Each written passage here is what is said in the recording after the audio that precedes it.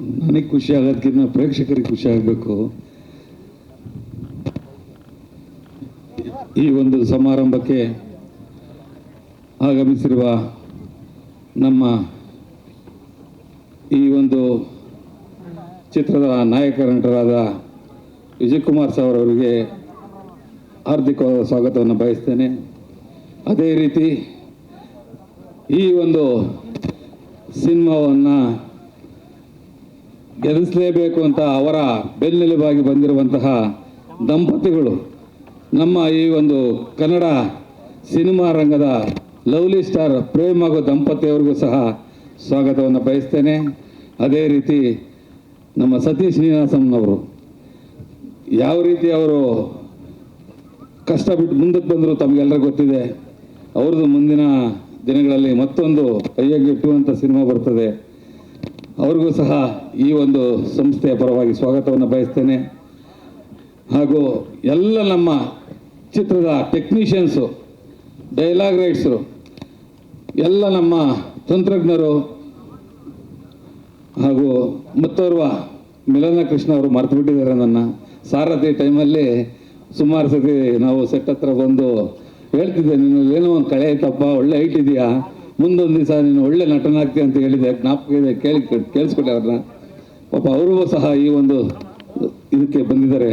ಅವರ ದಂಪತಿಗಳು ಸಹ ನಾನು ತುಂಬ ಹೃದಯದ ಸ್ವಾಗತವನ್ನು ಬಯಸ್ತೇನೆ. ಇನ್ನು ಆನಂದಾಡಿ ಅವರು, ನಮ್ಮದು ಅವ್ರದ್ದು 14-15 ವರ್ಷದ ನಂಟು. ಇವತ್ತು ನಾವೊಂದು ಸಿನಿಮಾ ಮಾಡ್ತೀವಿ ಅಂತ ಹೇಳಿದಾಗ ಸೆಟ್ ಹತ್ರನೇ ಬಂದು ನಾನು ಹೇಳಿದೆ, ಇಲ್ಲ ಸರ್ ಯಾವುದೇ ಕಾರಣಕ್ಕೂ ನಾವು ಬೇರೆ ಎಷ್ಟೇ 50 ಲಕ್ಷ ಆಫರ್ ಜಾಸ್ತಿ ಕೊಟ್ಟರು ಬೇಕಾದ್ರೆ ಅವ್ರಿಗೆ ಕೇಳಿ, ಆದರೂ ನಾವು ಆನಂದ ಆಡಿಯೋ ಬಿಟ್ಟು ಬೇರೆಯವರಿಗೆ ಇದು ಮಾಡಲ್ಲ ಅಂತ ಹೇಳಿ ನಮ್ಮವರ ಬಾಂಧವ್ಯ ಆಗಿದೆ. ಆದರೆ ಮಾತಿಗೆ ತಪ್ಪದಂಗೆ ಕೇಳಿ ಅವ್ರಿಗೆ ಕೊಟ್ಟಿದ್ವಿ. ಇವತ್ತು ಅವರು ಬಂದಿದ್ದಾರೆ, ತುಂಬ ಹೃದಯದ ಸ್ವಾಗತವನ್ನು ಬಯಸ್ತೇನೆ. ಮತ್ತು ಅಜನೀಶ್ ಅವರು, ತಮಗೆಲ್ಲರಿಗೂ ಗೊತ್ತು, ಈಗಾಗಲೇ ಕಾಂತಾರದಿಂದ ಪ್ಯಾನ್ ವರ್ಲ್ಡ್ ಮ್ಯೂಸಿಕ್ ಡೈರೆಕ್ಟರ್ ಆದಂಥವ್ರು. ಇವತ್ತು ನಿಮ್ಗೆಲ್ಲರೂ ಗೊತ್ತಿರಬೇಕು, ನೋಡಿದರೆ ಏನೋ ಗೊತ್ತಿಲ್ಲ, 4 ಗಂಟೆ ಅವರು ಲೇಟಾಗಿ ಕೊಟ್ಟರೆ ಲೇಟೆಸ್ಟಾಗಿ ಕೊಡ್ತಾರೆ. ಭಾರಿ ಏಕೆಂದರೆ ಬ್ಯುಸಿ ಮ್ಯಾನ್ ಅವರು. ಇವತ್ತು ಸುಮಾರು ಚಿತ್ರಗಳನ್ನ ಕೈಯಲ್ಲಿ ಇಟ್ಕೊಂಡಿದ್ದಾರೆ. ರಾತ್ರಿ 4 ಗಂಟೆಗೆ ಹೋಗಿ ನಮ್ಮ ಡೈರೆಕ್ಟರ್ ನಿದ್ದೆ ಮಾಡಿಲ್ಲ. ನಿಜವಾಗ್ಲೂ ಸರ್, ಸ್ನಾನ ಮಾಡಿದ್ದು 10 ಗಂಟೆ ಬೆಳಿಗ್ಗೆ. ಯಾಕೆ ಸರ್ ಅಂದರೆ, ಏನು ಮಾಡೋ ಸರ್, 4 ಅವರ್ ಆಯಿತು.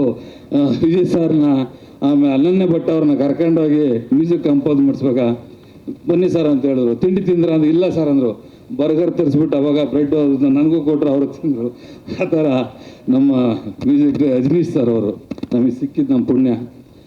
ಇವತ್ತು ಅದೇ ರೀತಿ ಮಿತ್ರಾ ಸರ್ ಅವರು, ಎಲ್ಲ ನಮ್ಮ ಏನು ಇವತ್ತು ನಮ್ಮ ಚಿತ್ರರಂಗದ ಎಲ್ಲ ನಾಯಕ ನಟರಿಗೂ ಹಾಗೂ ಎಲ್ಲ ಕಲಾವಿದರಿಗೂ ಸ್ವಾಗತವನ್ನು ಕೋರ್ತಾ, ದಯವಿಟ್ಟು ಮಾಧ್ಯಮ ಮಿತ್ರರು, ಮೀಡಿಯಾ ಮಿತ್ರರು, ಡಿಜಿಟಲ್ ಮಿತ್ರರು, ಇವತ್ತು ದಯವಿಟ್ಟು ಇವತ್ತು every man success behind there is a women ಅಂತಾರೆ. ಅದೇ ರೀತಿ ಈ ಒಂದು ಲ್ಯಾಂಡ್ ಸಿನಿಮಾ ಗೆಲ್ಸೋದಕ್ಕೆ ಎಲ್ಲ ನಮ್ಮ ಮಾಧ್ಯಮ, ಪತ್ರಿಕಾ, ಡಿಜಿಟಲ್ ಮಾಧ್ಯಮದವರು ದಯವಿಟ್ಟು ತಮ್ಗೆ ಯಾರೋ 6:30 ಅಂತ ಹೇಳಿ ಸ್ವಲ್ಪ ಲೇಟ್ ಮಾಡಿದ್ವಿ, ತಮ್ಮಲ್ಲಿ ಕ್ಷಮೆ ಇರಲಿ. ತಮಗೆಲ್ಲರಿಗೂ ತುಂಬ ಹೃದಯದ ಸ್ವಾಗತವನ್ನು ಬಯಸ್ತೇನೆ. ಅದೇ ರೀತಿ ಈ ಒಂದು ಸಿನಿಮಾಕ್ಕೆ ಬೆನ್ನೆಲುಬಾಗಿ ನಿಂತ, ಇವತ್ತು ಹೇಳ್ತಾರೆ ಕಾಣದ ಕೈಗಳು ಎಷ್ಟಿರ್ತವೆ, ಏನೋ ಒಂದು ಮಾಡಕ್ಕೆ ಹೊರಟಾಗ ನಾವೊಬ್ಬರು ನೋಡ್ತೀವಿ, ನಮ್ಮನ್ನೊಬ್ಬರು ನೋಡ್ತಾರೆ. ನಮ್ಮಿಂದೆ ಬೇರೆ ರೀತಿ ಪ್ರೋತ್ಸಾಹ ಮಾಡಿದಂಥವ್ರು, ನಮಗೆ ಬೆನ್ನೆಲುಬಾಗಿ ನಿಂತಂಥವ್ರು. ಒಬ್ಬ ನಿರ್ಮಾಪಕ ಒಂದು ಸಿನಿಮಾ ಮಾಡಬೇಕಾದ್ರೆ ಇವತ್ತಿನ ಕಾಲದಲ್ಲಿ ಬಹಳ ಕಷ್ಟ. ಇವತ್ತು ಯಾಕಂದರೆ ನಮ್ಮ ಮೀಡಿಯಾದವರಾಗಲಿ ಯಾರೇ ಆಗಿರಲಿ, ನಿರ್ಮಾಪಕ ಬಂಡವಾಳ ಹಾಕಿರ್ತಾನೆ. ಒಬ್ಬ ನಿರ್ಮಾಪಕ ಬಂಡವಾಳ ಆದರೆ ಒಬ್ಬ ಹೀರೋ ಬೆಳೀತಾರೆ. ಒಬ್ಬ ನಿರ್ಮಾಪಕ ಬಂಡವಾಳ ಹಾಕಿದ್ರೆ ಒಬ್ಬ ಅವರ ಶಕ್ತಿ ತೋರಿಸ್ಕೋಬೇಕಾದ್ರೆ ಒಬ್ಬ ನಿರ್ದೇಶಕ, ಅದೇ ರೀತಿ ಎಲ್ಲರೂ ಅಷ್ಟೇ, ಒಂದು ಅವಕಾಶ ಸಿಗಬೇಕಾದ್ರೆ ಒಬ್ಬ ನಿರ್ಮಾಪಕ ಬೇಕೇ ಬೇಕು. ಆದರೆ ನಮಗೇನಾಗಿದೆ ಅಂದರೆ, ಇಲ್ಲಿ ನಿರ್ಮಾಪಕ ಅಂದರೆ TRP ಕಡಿಮೆ ಆಗ್ಬೋದೇನೋ ಗೊತ್ತಿಲ್ಲ, ಆದರೆ ನಮ್ಮನ್ನು ಯಾರು ಮಾತಾಡ್ಸಲ್ಲ. ಲಾಸ್ಟ್ ಅದು ಬೇಜಾರು ಮಾಡ್ಕೊಂಬಿಡಿ, ಅಲ್ಲಿ ಸಮಯದ ಅಭಾವ ಇತ್ತು, ಕರೆದ್ರೂ ನಾನು ಮಾತಾಡ್ತಿರಲಿಲ್ಲ. ಯಾಕಂದರೆ ನಮ್ಮ ಈವೆಂಟ್ ಮ್ಯಾನೇಜ್ಮೆಂಟು ಸರವಣ ಅವರು, ಇದು ನವರಸನ ಹೇಳ್ತಾ ಇದ್ರು, ಸರ್ ಟೈಮ್ ಆಗೋಯ್ತು ಅಂತ. ಇನ್ನೊಂದು ಶೋದ ದುಡ್ಡು ಕೊಡೋಣ ಬಿಡಪ್ಪ ಅಂದರೆ, ಇದೆಲ್ಲ ಸರ್ ಕಾರ್ಪೊರೇಟ್ ಕಂಪ್ನಿ ಆಮೇಲೆ ಇದಾಗ್ಬಿಡ್ತಿದೆ ಸರ್, ಇನ್ನೊಂದು ಸತಿ ನಮಗೆ ಕೊಡಲ್ಲ ಅಂತ ಇದ್ರು. ದಯವಿಟ್ಟು ಜಸ್ಟ್ ಜೋಕ್ ಮಾಡಿದೆ. ಇವತ್ತು ಏನು ನಮ್ಮನ್ನು ಈ ಒಂದು ಲ್ಯಾಂಡ್ ಲಾರ್ಡನ್ನು ಬೆಳೆಸಬೇಕು ಅಂತ ಬಂದಿದ್ದೀರ ಮಾಧ್ಯಮದವರು. ನಿಜವಾಗ್ಲೂ ನಾನು ಇವತ್ತು ತುಂಬ ಹೃದಯದ ತಮಗೆಲ್ಲರಿಗೂ ಮತ್ತೊಮ್ಮೆ ಸ್ವಾಗತವನ್ನು ಬಯಸ್ತಾ, ಇವತ್ತು ಇಡೀ ಏನು ನಮ್ಮ ಚಿತ್ರತಂಡಕ್ಕೆ ಇವತ್ತು ಈ ಒಂದು ಆಡಿಯೋ ರಿಲೀಸ್ ಬಂದಂಥ ಎಲ್ರಿಗೂ ಸಹ ಮತ್ತೊಮ್ಮೆ ನಾನು ಸ್ವಾಗತವನ್ನು ಕೊಡ್ತಾ, ಈ ಒಂದು ಸಂದರ್ಭದಲ್ಲಿ ಈ ಒಂದು ಸಿನಿಮಾ ಆಗೋ ಕಾರಣ ಯಾಕಂದರೆ 14 ವರ್ಷಗಳ ಹಿಂದೆ ನಾನು ಸಾರಥಿ ಮಾಡಿದ್ದು. ಯಾಕಂದರೆ ನಾನು ಒಂದು ಸತಿ ಆಕಸ್ಮಿಕವಾಗಿ ಸಿನಿಮಾಗೆ ಬಂದೆ, ಮತ್ತೇನಾದ್ರೂ ಎಲ್ಲಿ ಎಡೆಬಿಡ್ತೀನೋ ಅಂತೇಳಿ ಸಿನಿಮಾ ಬೇಡಪ್ಪ ಅಂತ ಹೇಳಿದೆ. ಆ ಒಂದು ಸಂದರ್ಭದಲ್ಲಿ ಜಡೇಶ್ ಅವರು ನಮ್ಮ ಮನೆಗೆ ಬಂದು ಕತೆ ಹೇಳಿದಂಥ ಸಂದರ್ಭದಲ್ಲಿ ನಿಜವಾಗ್ಲೂ ಹೇಳ್ತೀನಿ, ನಾವು ಪ್ರಿಪೇರೇ ಆಗಿರಲಿಲ್ಲ. ಅವರು ಬಂದು ಹೇಳಿದ್ರು, ಇವಾಗ ಯಾಕಂದರೆ ನಾನು ಮೊನ್ನೆ ಒಂದು ಮಾತಂದರು, ಸರ್ ಈ ಒಂದು ಸಿನಿಮಾ ಸೋಲು ಗೆಲುವು ಏನೇ ಆದ್ರೂ ನಾನೇ ವಹಿಸ್ಕೊತೀನಿ. ಕಾರಣ ಏನಂದರೆ ನಿರ್ಮಾಪಕರು ನೀವೇನು ಮಾಡ್ತೀರಾ ಅಂತ ಕೇಳಿಲ್ಲ, ನಾನು ಏನು ಕೇಳ್ತೀನಿ ಎಲ್ಲ ಕೊಟ್ಟರು ಅಂತ ಹೇಳಿದ್ರು.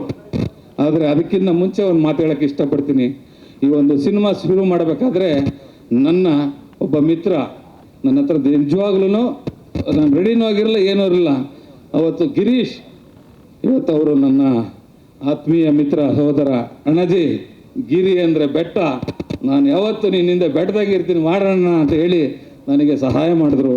ಇವತ್ತು ಅವ್ರನ್ನೂ ನೆನ್ಸ್ಕೊಂತ ಮೂರ್ತಿ ಅಂತ, ಆನಂದ್ ಅಂತ, ಅರವಿಂದ್ ಅಪ್ಪಾಜಿಯವರಂತ ಸುಮಾರು ಬೇಕು. ನಮ್ಮ ಅಶೋಕಣ್ಣವರು ದಯವಿಟ್ಟು ಅವರು ಮುಂದಕ್ಕೆ ಬರಲ್ಲ, ತಮಗೆಲ್ಲರಿಗೂ ಗೊತ್ತು. ಅಶೋಕ್ ಹೆಗ್ಡೆ ಅವರು ಯಾವುದೇ ಕಾರಣಕ್ಕೂ ಈ ಸಿನಿಮಾಕ್ಕೆ ನೀನು ಫೈನಾನ್ಸ್ ತಗೊಂಡ್ರೆ ಸಾರಥಿ ಥರ ತೊಂದರೆ ಆಗ್ಬೋದು, ಬೇಡ ಅಂತ ಹೇಳಿ ನನ್ನ ಬೆನ್ನೆಲುಬಾಗಿ ನಿಜವಾಗಲೂ ಸಿನಿಮಾ ಮಾಡ್ಬೇಕಾದ್ರೆ ಎಷ್ಟು ಕಷ್ಟ ಆಗುತ್ತೆ ಅಂತ ತಮಗೆ ಗೊತ್ತಿರುತ್ತೆ. ಈ ಒಂದು ಫೈನಾನ್ಸ್ ಸ್ಟೇಜಲ್ ಕಾಲದಲ್ಲಿ ಕೊನೆಯವರೆಗೂ ನಾವು ಸಾಲ ತಗೊಂಬಾರ್ದು, ಹಾಗೆ ಸಿನಿಮಾ ಮಾಡಬೇಕು ಅಂತೇಳಿ ಅಶೋಕಣ್ಣ, ಶರತಣ್ಣ ಅವ್ರು ಹಿಂದೆ ಕುಂತಿದ್ದಾರೆ.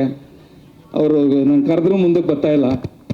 ಇವತ್ತು ಆ ಥರ ಕಾಣದ ಕೈಗಳಿರ್ತವೆ.